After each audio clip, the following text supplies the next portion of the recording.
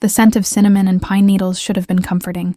Instead, it made my stomach twist into knots so tight I could barely breathe. The restaurant was one of those places I'd never be able to afford on my own. Crystal chandeliers dripping from vaulted ceilings, white tablecloths so crisp they looked like they'd cut your fingers, and soft jazz humming beneath the murmur of wealthy conversations I'd never be part of. I shouldn't have come. My fingers twisted the worn strap of my secondhand purse under the table, the leather cracked and peeling in places I'd tried to hide with a marker. The red dress I wore, borrowed from my roommate Sarah, who'd insisted with that pitying look in her eyes that I deserved something nice for once, felt too tight across my chest, too short on my thighs. I could feel every eye in this place sliding over me, cataloging exactly how much I didn't belong. Across from me, Derek checked his phone for the 4th time in 10 minutes. "Sorry," he muttered, not looking up. His cologne was too strong, something expensive that couldn't quite mask his obvious disinterest. "Work thing." I nodded, taking a sip of water because it was free, and I couldn't afford anything else on this menu. The prices didn't even have dollar signs, just numbers that made my throat close. When Sarah had set up this blind date, she'd promised Derek was a catch. Successful. Handsome. Looking for something real. What she hadn't mentioned was that he'd taken one look at me and decided I wasn't worth the effort. "Listen, Emma." Derek finally set his phone face down on the table, and I knew what was coming. I'd heard this speech before, in different words, different restaurants, different men, who all wore the same expression of polite disappointment. "You seem really sweet, but I don't think this is going to work out." The Christmas lights strung along the windows blurred in my peripheral vision. I forced a smile, the same one I wore when customers at the diner were rude, when my landlord raised the rent again, when my mother called drunk at 3 a.m. asking for money I didn't have. "That's fine," I said, proud of how steady my voice sounded. "I understand." I didn't understand. I never understood what was wrong with me, what invisible deficiency made men look through me like I was glass. Derek stood, already reaching for his wallet. "I'll cover my drink. You can get yours, right?" Heat flooded my cheeks. The water. He wanted me to pay for water. "Of course," I whispered. He was gone before I could say anything else, weaving through tables toward the exit without a backward glance. I sat there, frozen, staring at my trembling hands in my lap. The couple at the next table had stopped talking, and I could feel their pity like a physical weight pressing down on my shoulders. I needed to leave. Now. I fumbled for my purse, nearly knocking over the water glass. My vision swam with unshed tears I refused to let fall. Not here. Not in front of these people who already knew exactly how pathetic I was. The waiter appeared at my elbow, young, sympathetic, which somehow made it worse. "Miss, your check." "I know." My voice cracked. I dug through my purse, fingers shaking as I searched for the few crumpled bills I'd brought, $3.47. Water couldn't cost more than that, could it? "Actually," a voice said from behind me, deep and smooth as expensive whiskey. "She's with me." I froze. The waiter's entire demeanor changed in an instant, his spine straightening, his eyes widening with something that looked like fear mixed with respect. "Mr. Volkov, I didn't realize we weren't informed you'd be dining with us tonight. That's because I didn't inform you." The voice moved closer, and suddenly there was a presence beside me, commanding and absolute. "Is that a problem?" "No, sir. Of course not, sir." The waiter practically bowed as he backed away. "I'll have your usual table prepared immediately." My heart hammered against my ribs. I couldn't bring myself to look up, to see who this Mr. Volkov was, but I could feel him. The air itself seemed to shift around him, heavy with an authority that made my instincts scream danger even as something else, something I didn't want to examine, sparked low in my belly. "Look at me." It wasn't a request. Slowly, I raised my eyes. The first thing I noticed was his suit. Black, perfectly tailored, the kind that cost more than my entire year's rent. Then his hands, resting casually in his pockets, scarred knuckles that spoke of violence even as they remained perfectly still. Finally, his face. God help me, his face. He couldn't have been more than 30, with sharp cheekbones and a jaw that could cut glass. Dark hair swept back from his forehead, and eyes, ice blue, almost colorless, that pinned me to my chair with an intensity that stole my breath. He was beautiful in the way a knife was beautiful. Elegant, deadly, mesmerizing. "What's your name?" he asked. "Emma," it came out as barely more than a whisper. "Emma Clark." Something flickered in those cold eyes. Recognition? Interest? I couldn't tell. He tilted his head slightly, studying me with the same focus a predator might give prey, and I realized with sudden visceral clarity that this man was dangerous. Not in the way Derek had been disappointing, but in a way that could ruin lives. End them. Behind him, 2 men in dark suits stood at attention near the entrance. Security. They watched the room with eyes that missed nothing, hands positioned near their jackets in a way that suggested weapons. "You're alone," he observed. It wasn't a question.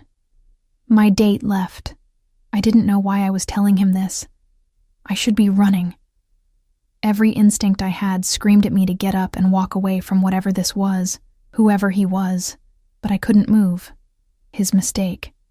He extended a hand toward me, an invitation, a command. "Have dinner with me, Emma Clark. I can't afford—" "I didn't ask what you could afford." His voice dropped lower, sending shivers down my spine despite the warmth of the restaurant. "I asked you to have dinner with me. This was insane. I didn't know this man, didn't know why he'd singled me out, why he was looking at me like I was something precious he'd been searching for. The rational part of my brain cataloged all the reasons to refuse. Strange man, obvious danger, the way everyone in this restaurant had suddenly stopped pretending not to stare at us. But when had rationality ever gotten me anywhere?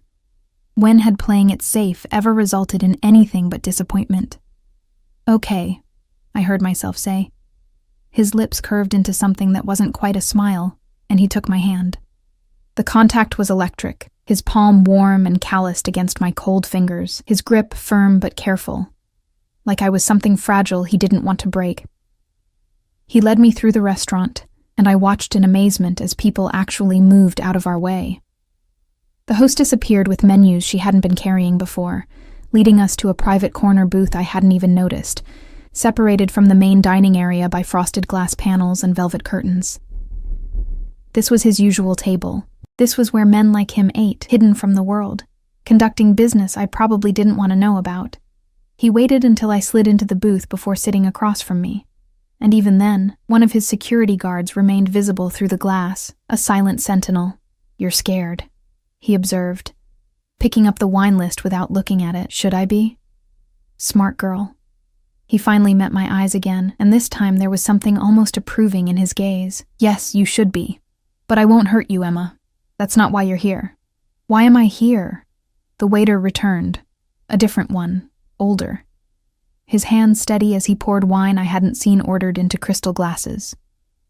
He disappeared again without a word, and I realized this entire interaction had been choreographed, expected. How often did this man come here? What kind of power did he wield that made people move like chess pieces at his unspoken command?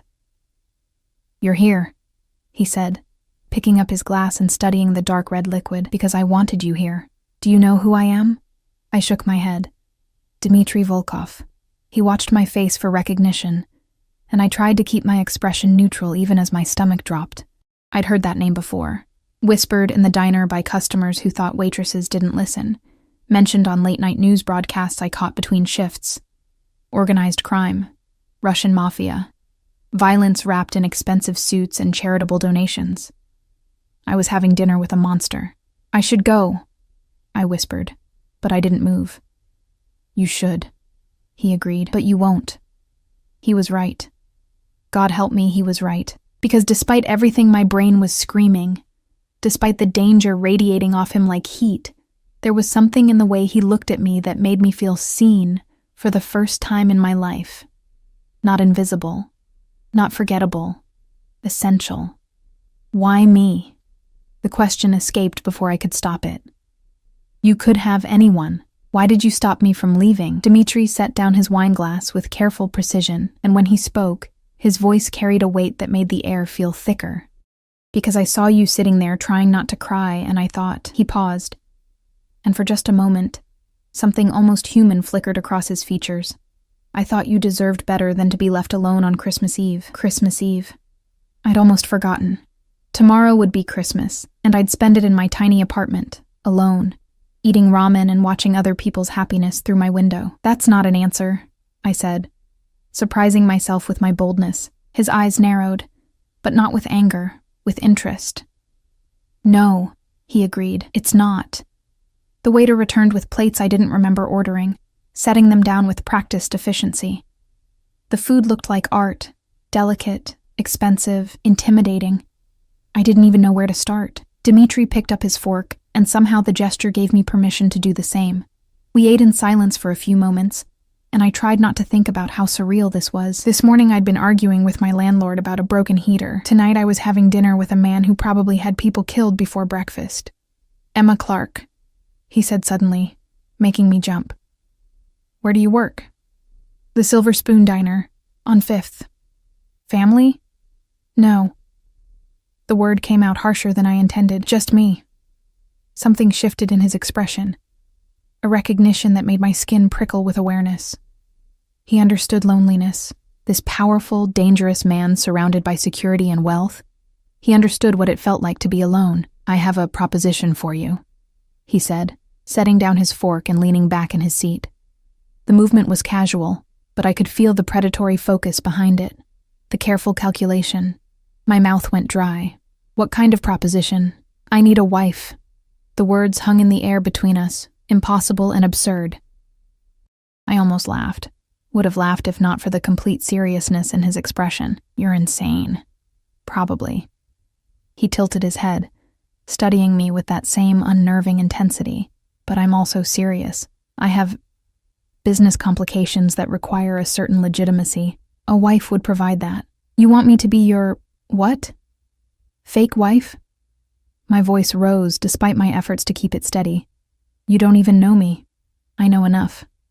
He reached into his jacket and I tensed, but he only pulled out a business card, sliding it across the table toward me.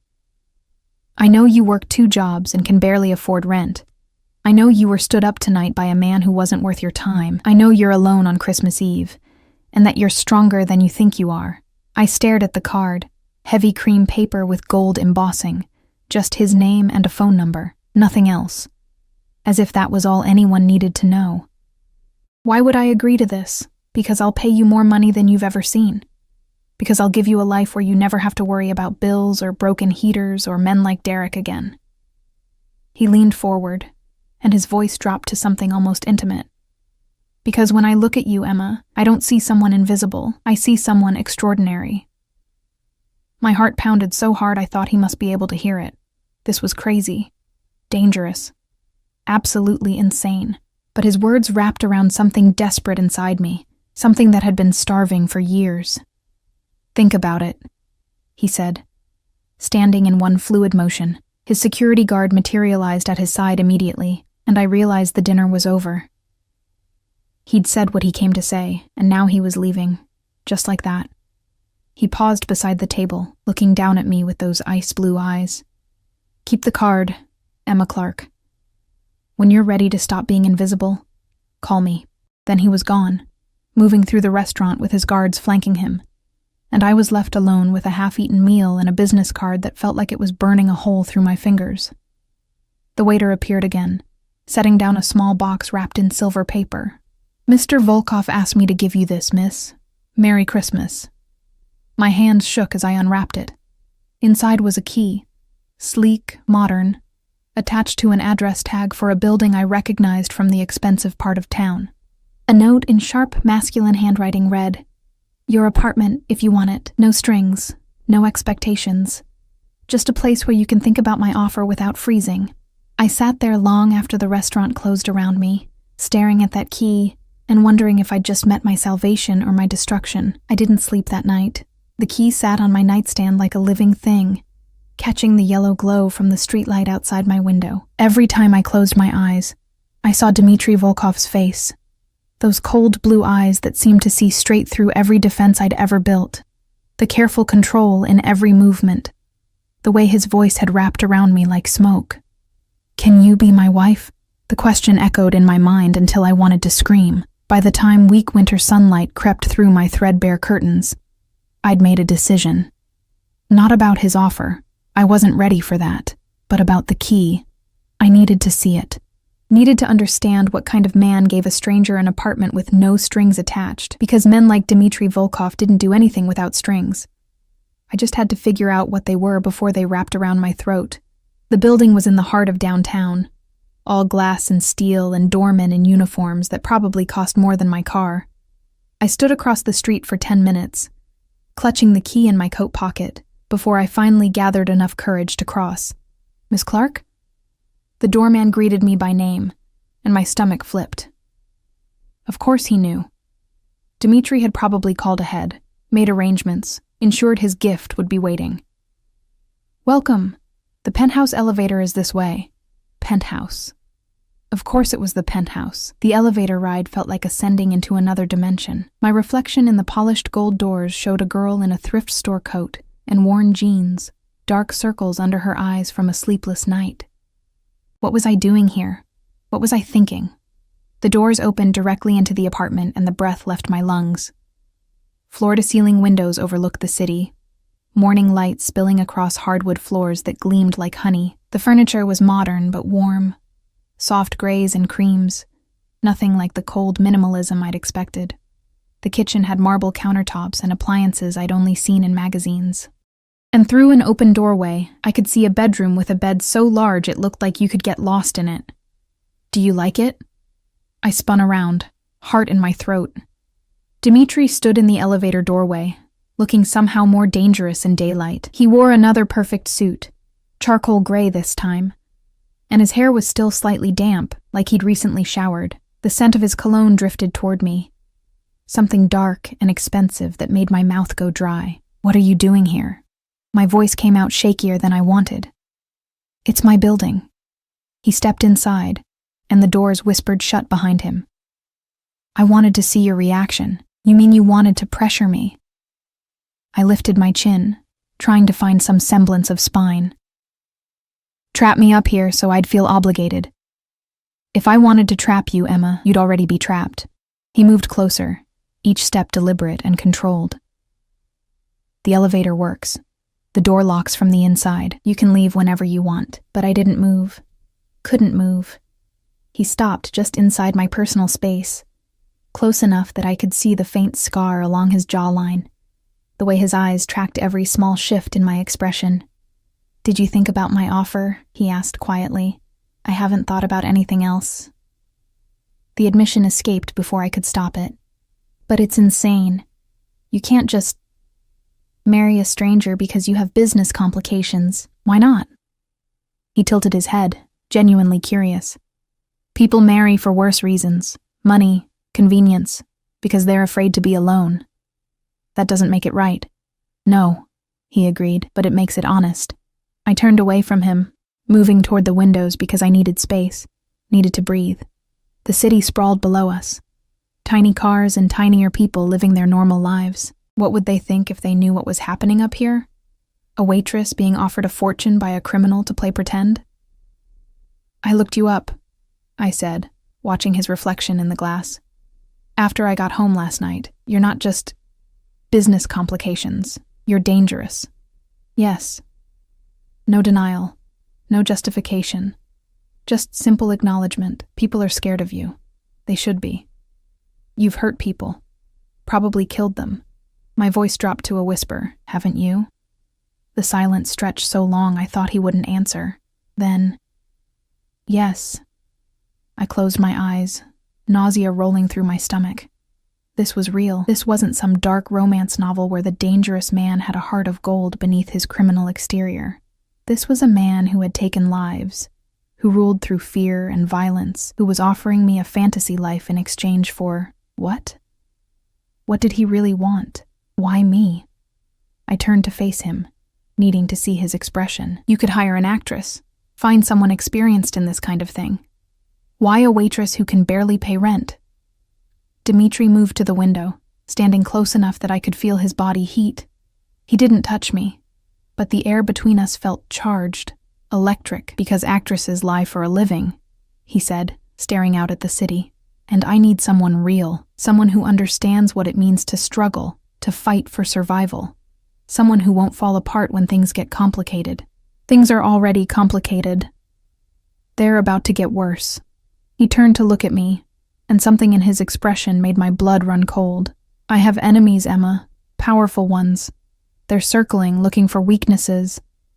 A wife, a real wife, not some hired actress, would show strength, stability. It would buy me time to handle things. Handle things, I repeated. You mean kill them? His jaw tightened. I mean protect what's mine. I'm not yours. Not yet. The words hung between us like a promise and a threat. But you could be. I could give you everything you've ever wanted. Safety. Security. A life where you never have to worry about money again. In exchange for what? Being your prop? Your perfect little wife who smiles at parties and doesn't ask questions about the blood on your hands? His eyes flashed with something. Anger? Respect? I told you I wouldn't lie to you, Emma. If you agree to this, yes. There will be appearances to maintain, events to attend, people to convince. But I don't want a prop. I want... He stopped, seeming to struggle with the words. I want someone I can trust. The vulnerability in that admission shocked me. This man who commanded fear with a look, who probably had dozens of people on his payroll. He was lonely. Just like me. How long? I asked. If I agreed, how long would this arrangement last? 6 months, maybe a year. He reached into his jacket, pulling out a folded document. I had my lawyers draw up a contract. Everything clearly stated. Your compensation, your responsibilities, your protections. I took the papers with trembling fingers, scanning the dense legal text. The numbers made my head spin. A monthly salary that was more than I made in a year, plus housing, security, a clothing allowance that seemed obscene, and at the end of the term, a settlement that would let me start over anywhere in the world. This is real, I whispered. You're actually serious. I'm always serious, Emma. He moved closer, and his hand came up to my face, fingers barely brushing my cheek. The touch was gentle, impossibly gentle for someone so dangerous. I know you're scared. You should be.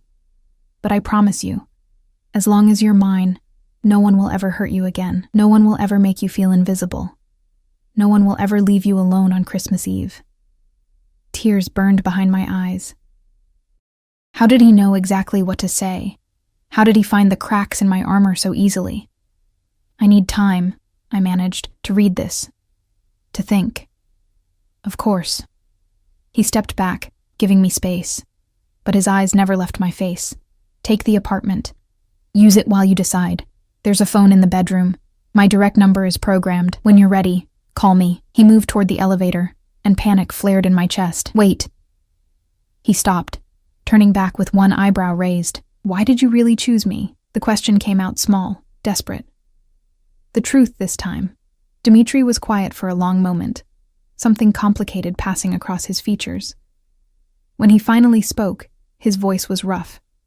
Because when I saw you in that restaurant, trying so hard to be strong while that bastard walked away, I saw myself. Before I became this, he gestured at himself, at the expensive suit and the power it represented. I saw someone still fighting, still hoping, despite every reason not to. And I thought, maybe if I could save you from becoming what I am, maybe there's still something human left in me after all. Then he was gone, the elevator doors closing on his confession, and I was alone in a penthouse that cost more than most people made in a lifetime, holding a contract that could change everything. I spent Christmas Day reading every word of that document 3 times, researching contract law on my phone until my eyes crossed, trying to find the trap. But it was all there, exactly as he'd said. Clear terms, clear compensation, even a clause about my safety being his primary obligation. By evening, I'd made my decision. I called the number. He answered on the first ring. Emma. I have conditions, I said before I could lose my nerve. Name them. I want to finish my shifts at the diner, give proper notice, I won't just disappear on people who depend on me. Agreed. I want to be able to contact my friends. I won't be cut off from everyone I know, of course, though I'll provide security when you go out. That should have bothered me. Instead, I felt a strange flutter in my stomach at the idea of being protected, watched over, and I want honesty. No more half-truths. If I'm going to do this, I need to know what I'm walking into. The pause was longer this time. That's a dangerous condition, Emma. Some truths can't be unknown. I don't care. That's my price. Then you have a deal. His voice dropped lower, intimate despite the distance between us. When can I see you again? Tomorrow. I work the morning shift, but I'm free after 2. I'll send a car. I can take the bus. No. The word was absolute, leaving no room for argument. From now on, you don't take the bus. You don't walk alone. You don't put yourself at risk, do you understand? The possessiveness in his tone should have sent me running. Instead, heat bloomed in my chest, spreading through my body like wildfire. I understand. Good girl. The approval in those words made my breath catch. Get some rest, Emma. Tomorrow, everything changes. He hung up before I could respond, and I stood there in the darkening apartment, staring at my reflection in the black windows. The girl looking back at me seemed different somehow, still scared, still uncertain, but no longer invisible. I'd made a deal with the devil. I just hoped I'd survive long enough to see if salvation was worth the price of my soul. The next morning, I showed up to the diner in my usual uniform, the pale blue dress that was starting to fray at the hem, sensible shoes worn thin from too many double shifts. My coworkers greeted me with sympathetic looks, probably assuming my Christmas had been as lonely as they'd expected, if only they knew. Emma, honey, Martha called from behind the counter, her kind face creased with concern. You okay? You look tired. I'm fine, I lied, pouring coffee for the early morning regulars. Just didn't sleep well. The morning passed in its usual blur of orders and complaints and tips that barely covered my bus fare. But every time the door chimed, my heart jumped, wondering if Dimitri would walk in, if he'd come to claim me early, unable to wait. He didn't. At 1:55 p.m., I clocked out and changed in the bathroom, putting on the nicest clothes I owned, a simple black dress I'd bought for job interviews, paired with the only coat that didn't have visible holes.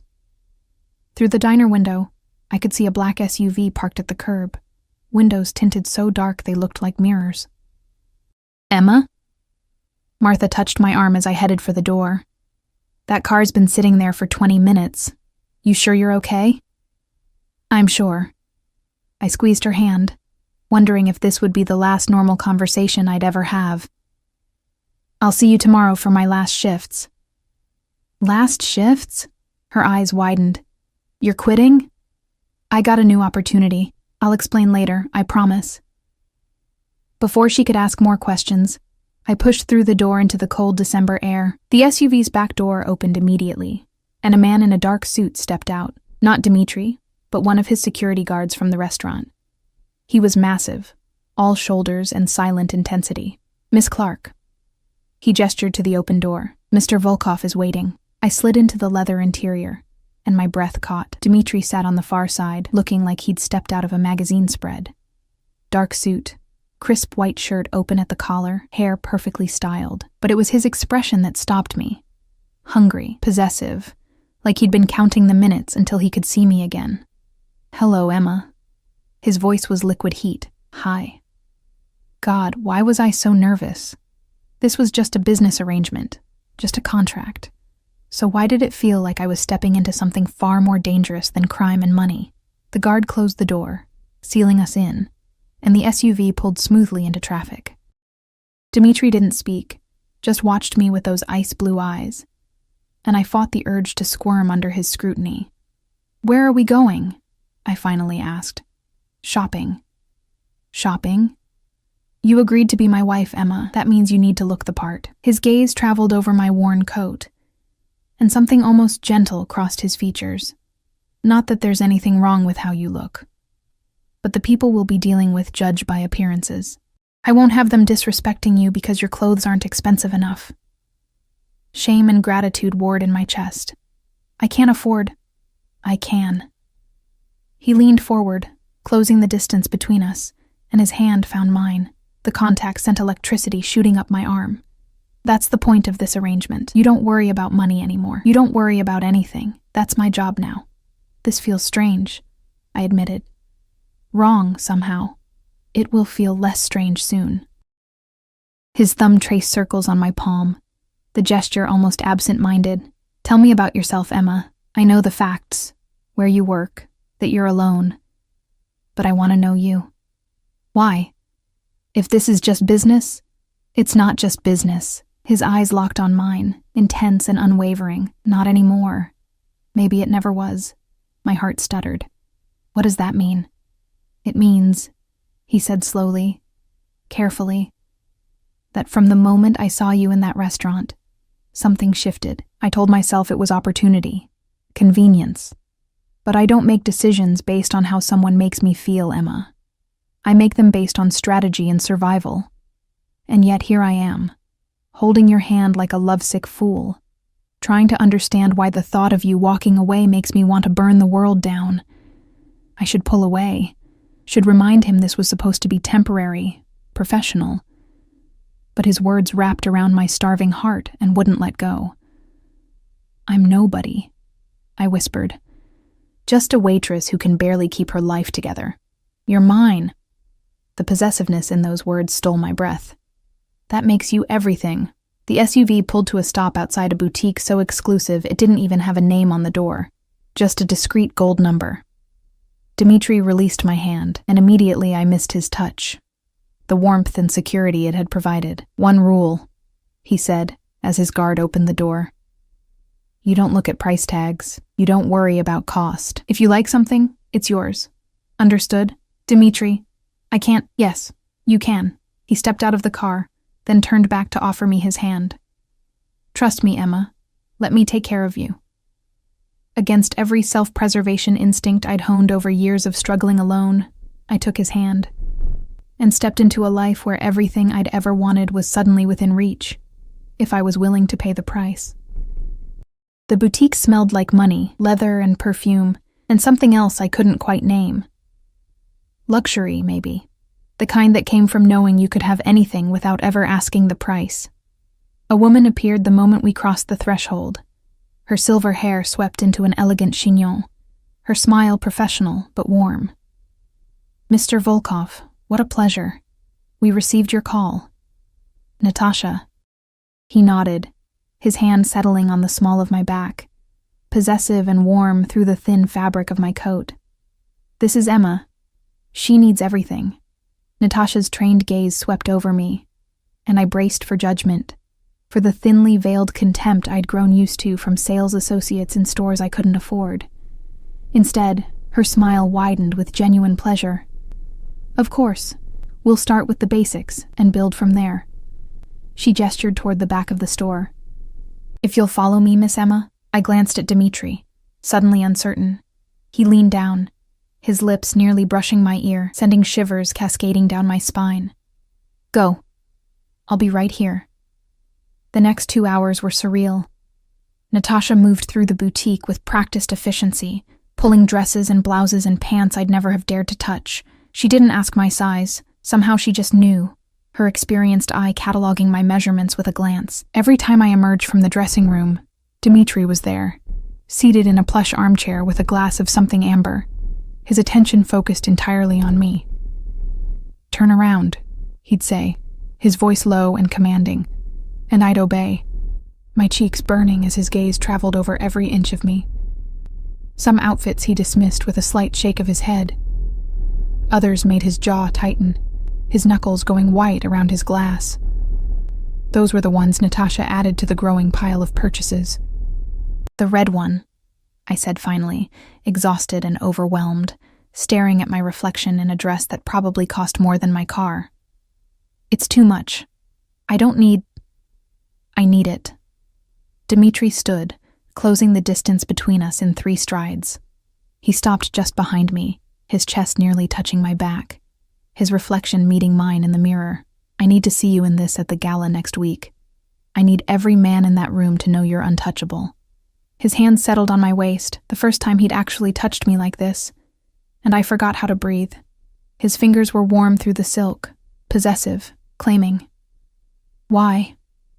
The word came out breathless. Why does it matter what anyone thinks? Because you're mine to protect now.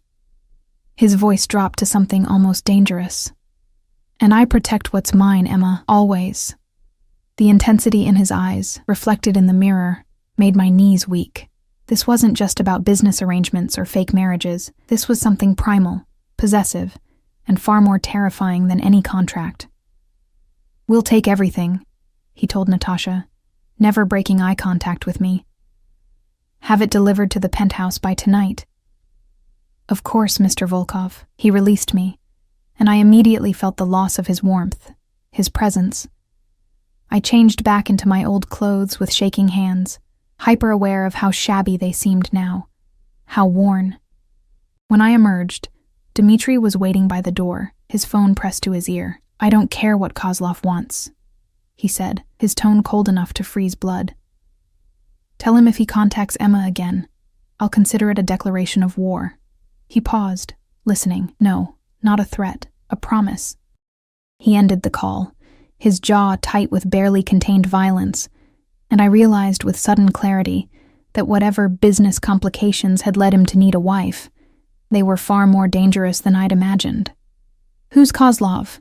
I asked, as we stepped back into the SUV. Dmitri's expression went carefully blank. You wanted honesty, are you sure? I nodded, even as fear coiled in my stomach. Viktor Kozlov runs the Ukrainian syndicate. We've been at odds for several years. Recently things have escalated. He stared out the window, his profile sharp as cut glass. He has a habit of targeting the people I care about, making them suffer to hurt me, and you think he'll come after me. It wasn't a question. I know he will.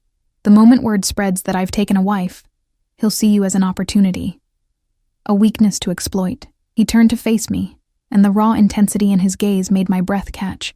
That's why I need you protected, Emma. Why I need you close. I won't let him touch you. The possessiveness in his voice should have scared me. Instead, warmth bloomed in my chest, dangerous, intoxicating warmth that made me want things I had no business wanting. What happened to the last person he targeted? I asked quietly. Dmitri's silence was answer enough. I see. I wrapped my arms around myself, suddenly cold despite the SUV's heated interior. So, I'm bait, a way to draw him out. No. The word cracked like a whip. You're under my protection. There's a difference. Is there?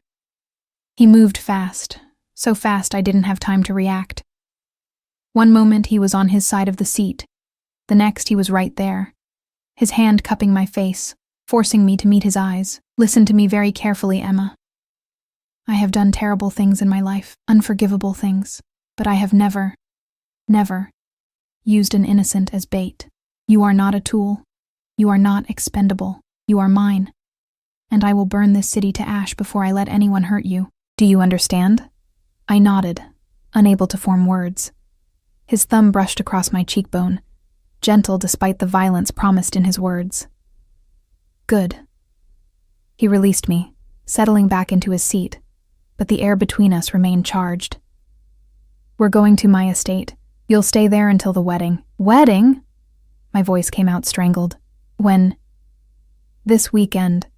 We don't have time for a long engagement, and the sooner you're legally mine, the better. This weekend. 4 days. I was going to marry a man I barely knew. A criminal who killed people and spoke of burning cities like it was nothing. What was I doing? The estate was exactly what I should have expected. A massive property on the outskirts of the city, surrounded by high walls and security cameras, gates that required 3 separate access codes to open. The house itself was beautiful in a cold, imposing way. All stone and windows and sharp angles that spoke of money and power. Home, Dmitri said as we pulled up the circular drive, and something in his tone made it sound like a question. It's incredible, I managed, stepping out into the crisp winter air. Guards were everywhere, discreet but present, watching from positions that probably gave them clear sightlines of every approach. This wasn't just a home. This was a fortress. Come. Dmitri's hand found the small of my back again. guiding me toward the entrance. "I'll show you your room." "My room?" I glanced at him. "Not our room?" His lips curved into something that wasn't quite a smile. "This marriage may be business, Emma, but I'm not a monster. You'll have your own space, your own privacy. I won't force anything you're not ready for." Relief, and something that felt suspiciously like disappointment warred in my chest. "Thank you." The interior was warmer than I expected. Still expensive, still intimidating, but with touches that suggested someone actually lived here.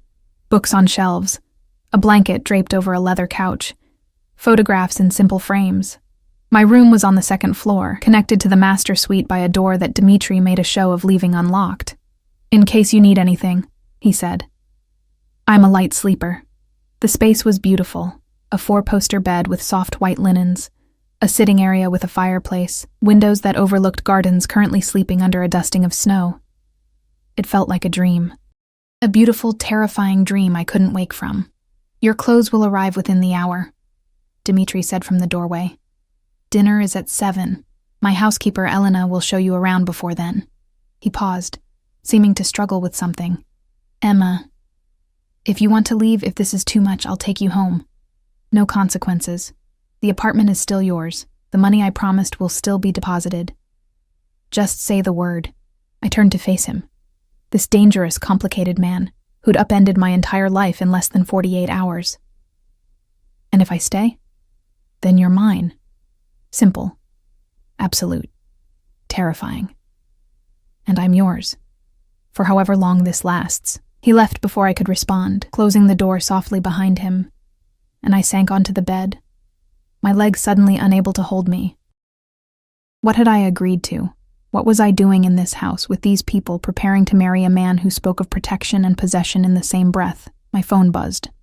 A text from Sarah, my roommate and closest friend. "Where are you? You didn't come home last night. I'm worried." I stared at the screen, trying to figure out how to explain any of this. Finally, I typed, "Something came up. I'm okay. I'll explain soon, promise." Her response was immediate. "Emma, you're scaring me." This isn't like you. She was right. None of this was like me. The old Emma, the invisible waitress who played it safe and never took risks, she wouldn't recognize the woman sitting in this expensive room, wearing borrowed clothes, preparing to marry a criminal. But maybe that was the point. Maybe I was tired of being invisible.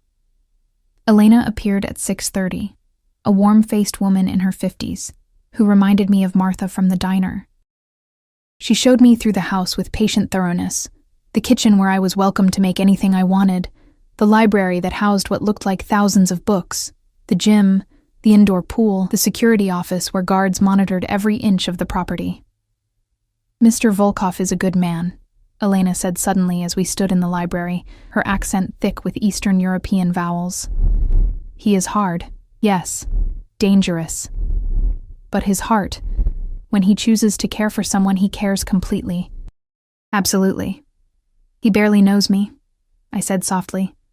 "Sometimes knowing comes after choosing." She patted my hand. "You will see." Dinner was in a formal dining room that could have seated 20, but held only 2 place settings, positioned at one corner so we wouldn't be shouting across an empty table. Dmitri was already there when I arrived, changed into dark slacks and a black sweater that made his eyes look even more pale and piercing. He stood when I entered, an old-fashioned gesture that made my heart skip, and pulled out my chair. "You look rested," he observed, settling across from me. "Your home is beautiful, intimidating, but beautiful. Our home." He poured wine into my glass, rich and red, probably worth more than my monthly rent.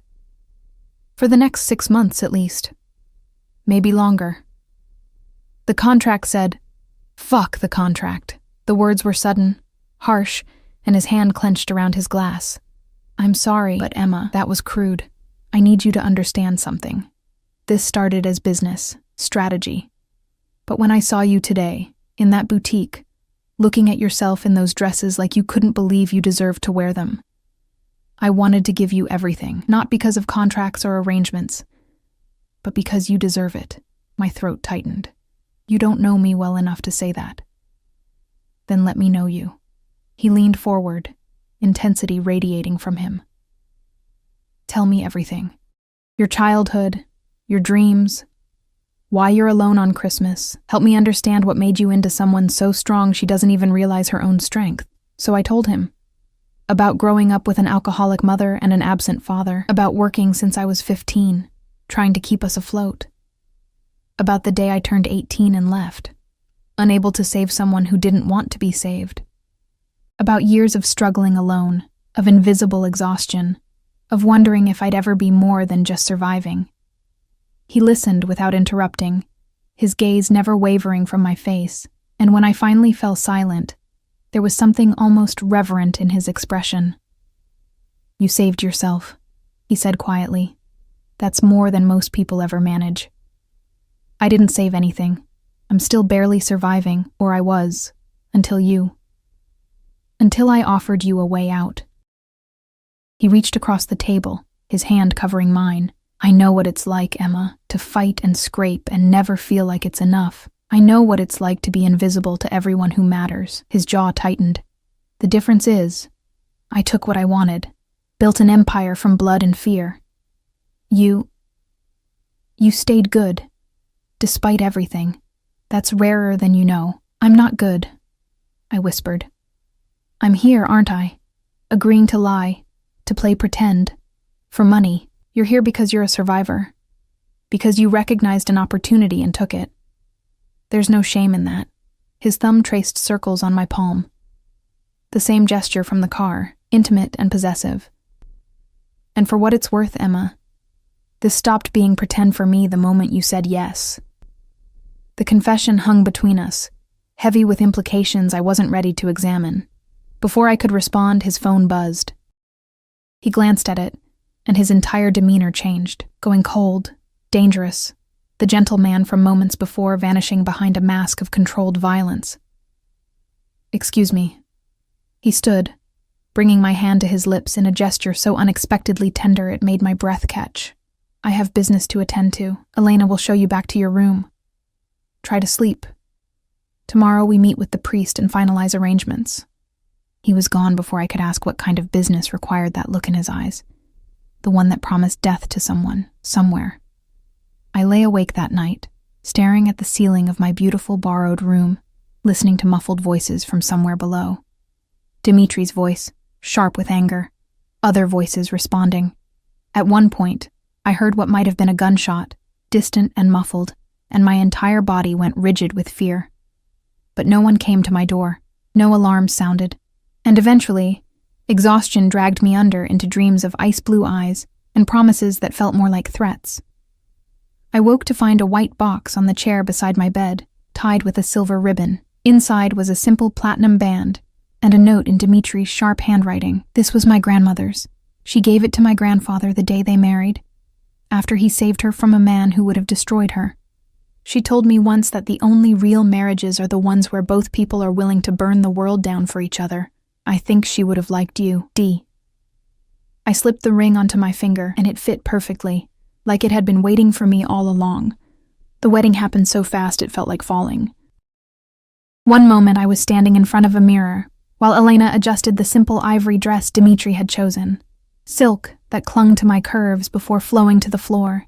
Elegant and understated in a way that somehow felt more intimate than lace and beading. The next, I was walking down a makeshift aisle in Dimitri's private chapel, my hand trembling on Elena's arm, because I had no father to give me away, no family to witness this strange union. The chapel was small, tucked into the east wing of the estate, with stained glass windows that threw colored light across stone floors. Only a handful of people attended. Elena, a few of Dimitri's most trusted men standing like silent sentinels along the walls, and the priest, an elderly man with kind eyes who seemed unsurprised by the unusual circumstances, and Dimitri. He stood at the altar in a black suit that fit him like sin, his ice-blue eyes locked on me with an intensity that made my knees weak. As I walked toward him, I watched something shift in his expression. Hunger, possession, and something softer that terrified me more than his violence ever could. When I reached him, he took my hand, his touch warm and steady, grounding me in this surreal moment. "You look beautiful," he murmured, low enough that only I could hear. Like you were made for this. I don't know what I was made for, I whispered back. You were made to be mine. Simple. Absolute. Devastating. And I was made to keep you safe. The ceremony was conducted in Latin and English. Words about commitment and fidelity that felt both sacred and blasphemous given the circumstances. When the priest asked if I took this man as my husband, my voice barely shook as I said, I do. Dimitri's response was stronger, more certain. I do. Then he was sliding a ring onto my finger, platinum to match his grandmother's band, but this one studded with diamonds that caught the colored light and threw rainbows across our joined hands. His own ring was simple, unadorned platinum that looked almost severe against his scarred knuckles. You may kiss your bride. Dimitri's hand came up to cup my face, his thumb brushing my cheekbone in that gesture I was beginning to recognize as uniquely his. He lowered his head slowly, giving me time to pull away, but I didn't move. Couldn't move. His lips touched mine, soft at first, almost questioning. Then I made a small sound in the back of my throat, and something in him snapped. The kiss deepened, became demanding, claiming. His other hand sliding into my hair to hold me exactly where he wanted me. I could feel the barely leashed control in every movement, the violence he was holding back, the hunger that threatened to consume us both. When he finally pulled away, we were both breathing hard, and his eyes had gone dark with want. Mine, he whispered against my lips. My wife. The word sent electricity shooting down my spine. Wife. I was someone's wife, this dangerous, beautiful man's wife. The reception was held in the main dining room, transformed with candles and flowers into something almost magical. More people appeared, men in expensive suits who watched me with calculating eyes, women dripping in jewels who smiled with too many teeth. Dimitri's hand never left my waist, keeping me anchored to his side, his touch possessive and protective. Don't leave my sight, he murmured in my ear as we moved through the crowd. Not for a moment. Some of these people are allies. Some are not, and none of them need to know which category they fall into. How am I supposed to know who to trust? You trust no one but me. His fingers tightened on my waist. No one, Emma. Do you understand? I nodded, scanning the faces around us. They all looked the same to me. Rich, powerful, dangerous. How was I supposed to navigate this world? Dimitri. A woman approached, tall and stunning in a red dress that left little to the imagination. Her dark hair was swept up in an intricate style, and her smile was all predator. I heard rumors you'd gotten married, but I had to see it to believe it. Irina. Dimitri's voice went flat, cold. I thought I made it clear you weren't welcome here. Oh, come now. We were engaged once. Surely that earns me an invitation to your wedding. Her gaze slid to me, assessing and dismissive, though I must say, I didn't expect you to choose someone so ordinary. Heat flooded my cheeks. Dimitri's hand left my waist, moving to the small of my back, his touch burning through the thin silk. My wife, he said, each word sharp as a blade, is extraordinary. And you're leaving. Now. Dimitri. Now, Irina, or I'll have you removed. His voice dropped to something lethal. And we both know I don't make empty threats. She smiled, brittle and cold, before turning on her heel and stalking away. I could feel her hatred like a physical thing, pressing against my spine. Ex-fiancé?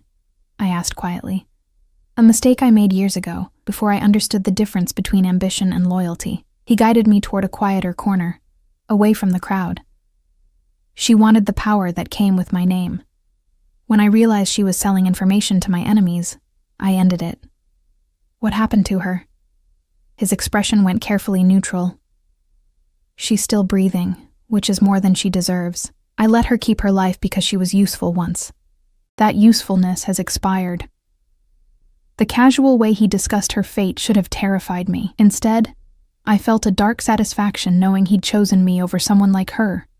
Beautiful, sophisticated, born into this world, he'd chosen the invisible waitress.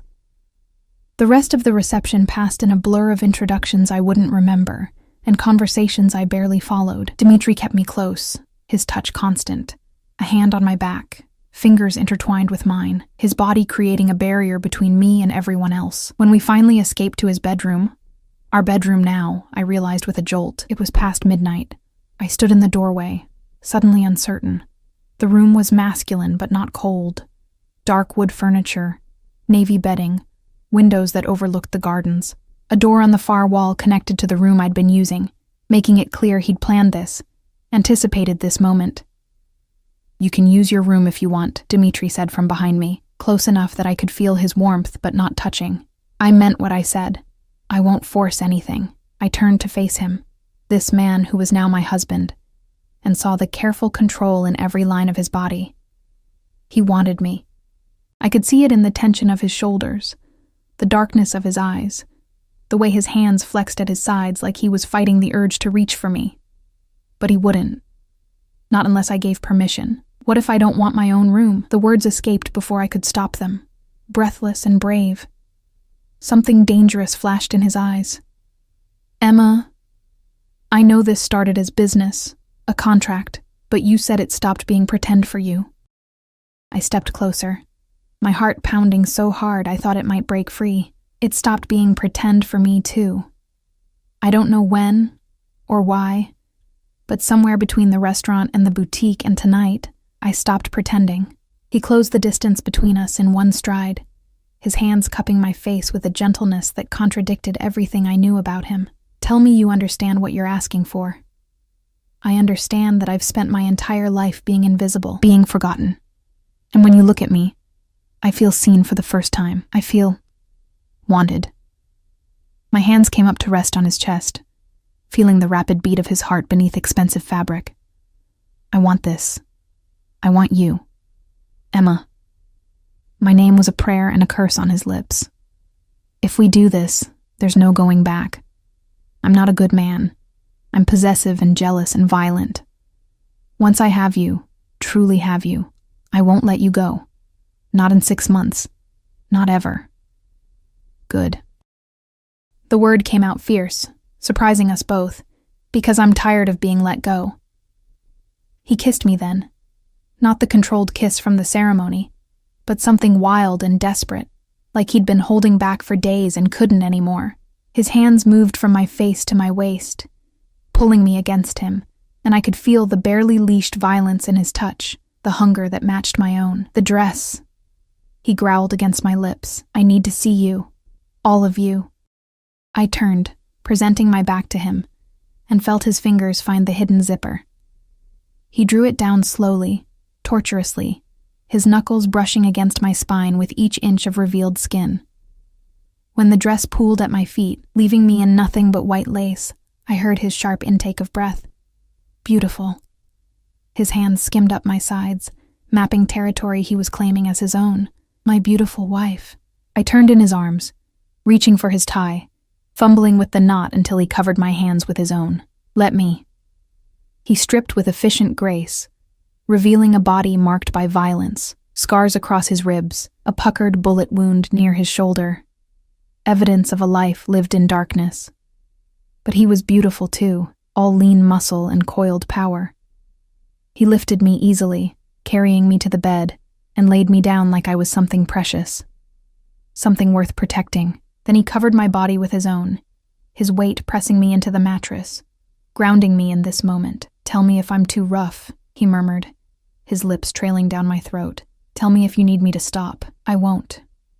My hands threaded through his hair, pulling him closer. "I trust you." The admission seemed to undo something in him.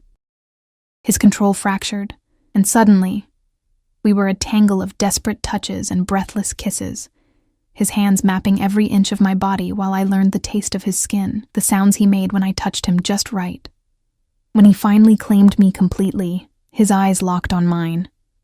Ice blue and intense, and full of something that looked dangerously close to devotion. The pain was brief, swallowed by pleasure that built and built until I shattered beneath him, his name a broken prayer on my lips. "Mine," he groaned against my throat as he followed me over the edge. "My Emma. My wife. Mine."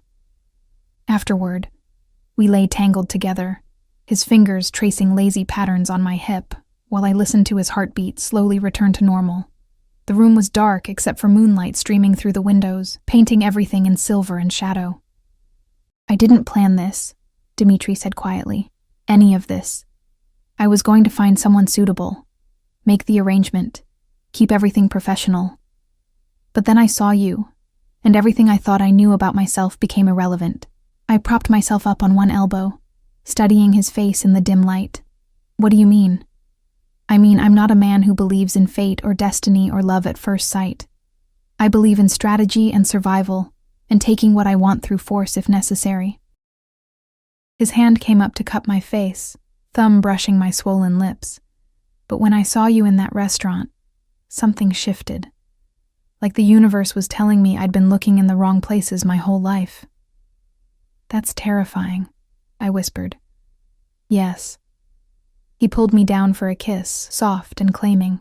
"But you're not running." "No." I settled against his chest, feeling safer than I had in years, despite knowing exactly how dangerous this man was. "I'm not running." His arms tightened around me, and I felt him press a kiss to the top of my head. "Sleep, wife.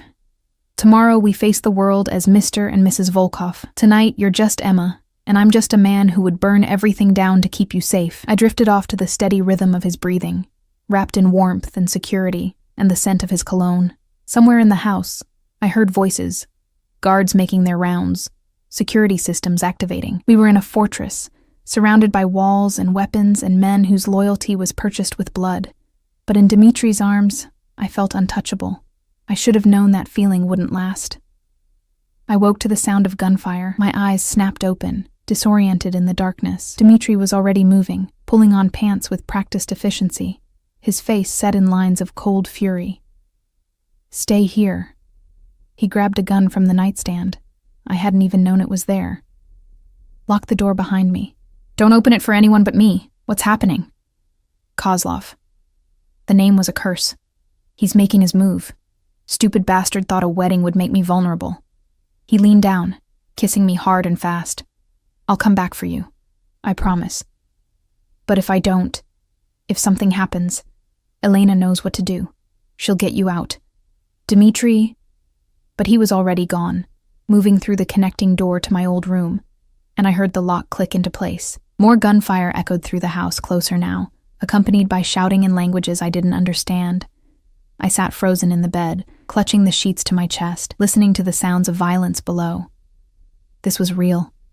This was my life now. Married to a man whose enemies would kill me to hurt him. Trapped in a fortress under siege. What had I done? Block 5, final. Time became meaningless in the darkness.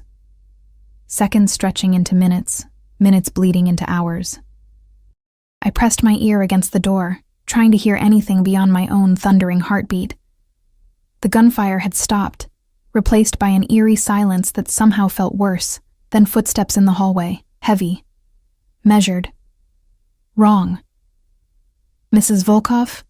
A voice called through the door, accented, unfamiliar, dripping with false courtesy. "Your husband sent me to get you. It's safe now." Every instinct screamed danger. Dmitri had said not to open the door for anyone but him. He'd promised he would come back. "I don't believe you," I said, proud of how steady my voice sounded despite the terror coursing through my veins. Laughter, cold and cruel. "Smart girl. Volkov chose well." A pause. "But you should know. We have your husband. If you want to see him alive again, you'll open this door. Now." My hand hovered over the lock, trembling. Was he lying? Was Dmitri really captured? Or was this exactly the trap he'd warned me about? A phone slid under the door, lit screen showing a video. My stomach lurched. Dmitri, on his knees in what looked like the chapel, blood streaming from a cut above his eye. 3 men surrounded him, guns trained on his head. He looked directly at the camera, and even through the small screen, I could see the cold fury in his eyes. "Emma." His voice was rough but controlled. "Don't you fucking dare open that door. Do you hear me? Stay where you are." The video cut off with the sound of impact, someone hitting him. I heard him grunt in pain, and rage unlike anything I'd ever felt flooded through me. "You have 10 seconds, the voice said. Then I put a bullet in his head. 10, 9, 8. My hand was on the lock before I could think. I had to. I couldn't let them kill him. Whatever happened to me didn't matter. I couldn't be the reason Dmitri died. 7. 6. 5. I turned the lock. The door burst open, and rough hands grabbed me before I could scream. A cloth pressed over my mouth and nose, chemical sweet and suffocating. I struggled, trying to remember the self-defense moves I'd learned from YouTube videos, but my muscles went liquid, my vision darkening at the edges. The last thing I saw before unconsciousness claimed me was a man's face. Sharp features, dead eyes, and a smile that promised nightmares. When I woke, pain exploded behind my eyes. I was in a different room, stone walls, no windows, a single bare bulb swinging overhead. My wrists were bound to a metal chair, zip ties cutting into skin already bruised from struggling. And across from me, also bound, was Dmitri. His face was a mess, split lip, swelling around his left eye, blood dried in his hair. But his eyes were clear, focused entirely on me with an intensity that bordered on feral. Emma. Relief and fury warred in his voice. Why didn't you listen? Why did you open the door? They were going to kill you. Tears burned my throat. The video, I saw you. It was a trap, you foolish girl. But there was no real anger in his words, only something that sounded like anguish. They knew exactly what you'd do, knew I'd made the mistake of caring about someone, and that made you the perfect weapon. Touching, isn't it? Viktor Kozlov stepped out of the shadows, and I understood immediately why Dmitri considered him dangerous. He was younger than I'd expected, maybe 40, with silver threading through dark hair and eyes like chips of black ice.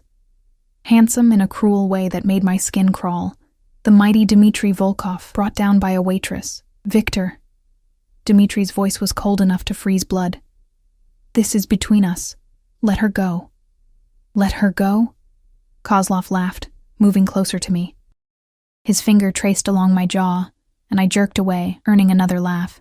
But she's the only reason you're still breathing. The moment I kill her, you'll fight like a demon. So she lives until I decide she's more useful dead. Touch her again, and I'll rip your throat out with my teeth. Bold words for a man tied to a chair. But Kozlov stepped back, apparently heeding the promise in Dmitri's eyes. I've been planning this for months, waiting for you to show a weakness. When I heard about the marriage, I knew. Finally, you'd given me something to break. My men will find us, Dmitri said. They're probably already on their way. Your men are dead or scattered. I brought 30 soldiers to your wedding, Dmitri. 30 men who owed you blood debts that I purchased. Your fortress was never as secure as you thought. Kozlov pulled out a knife, the blade catching the light. Now, here's what's going to happen. You're going to sign over your territories, your contacts, your entire operation to me, and then I'm going to kill you both. But at least you'll die knowing you saved her from suffering. I'll never... The knife flashed, and suddenly it was pressed against my throat, cold steel biting into skin. I froze, barely breathing. Sign, Kozlov hissed, or I open her throat right now. Dmitri's face went absolutely still, a terrible, deadly stillness that made Kozlov's hand falter slightly. You're going to kill us anyway. Why would I give you anything? Because I'll make her death quick instead of spending days breaking her while you watch. The knife pressed deeper, and I felt warm blood trickle down my neck. Sign, Volkov. Dmitri, don't. My voice came out as barely a whisper. Don't give him anything. I'm not worth... Shut up. Dmitri's eyes locked on mine, blazing with emotion. You're worth everything. Don't you understand that yet? To Kozlov. If I sign, you let her go. That's the deal. No deal. But I'll kill her fast. That's all you get. I watched something shift in Dmitri's expression. A calculation. A decision. His body relaxed slightly in the chair, shoulders dropping in apparent defeat. Fine. Bring me the papers. Kozlov smiled, triumphant, and gestured to one of his men. The moment the knife left my throat, the moment Kozlov's attention shifted away from me, Dmitri moved. It happened so fast I almost missed it. His hands, which I'd thought were securely bound, suddenly snapped free, He'd been working the zip ties the entire time, cutting them against something sharp on the chair.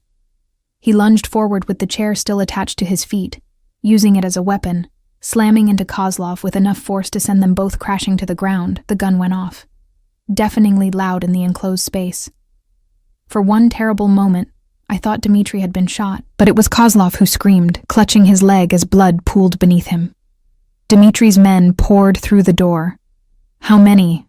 I couldn't count, and suddenly the room was chaos. Gunfire, and shouting and violence that made my earlier fear seem quaint. I squeezed my eyes shut, unable to watch, barely able to breathe, then gentle hands on my wrists, cutting through the zip ties. Elena's voice, soothing and urgent. "It's okay, sweetheart. You're safe now. Let's get you out of here." She helped me stand on shaking legs and guided me toward the door. But I couldn't leave. Not yet, not without knowing. Dmitri. He was standing over Kozlov, a gun trained on the other man's head. Blood covered his shirt. Some his, some not. He looked like something from a nightmare.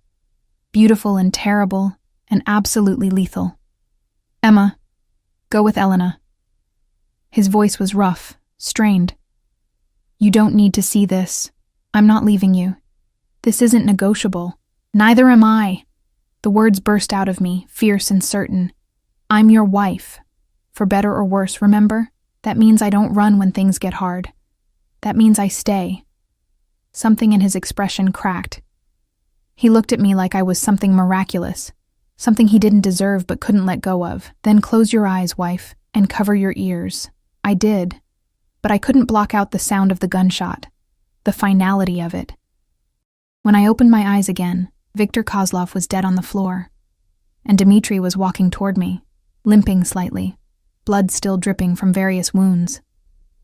"It's over," he said quietly, reaching for me with hands that shook slightly. "He's gone. You're safe."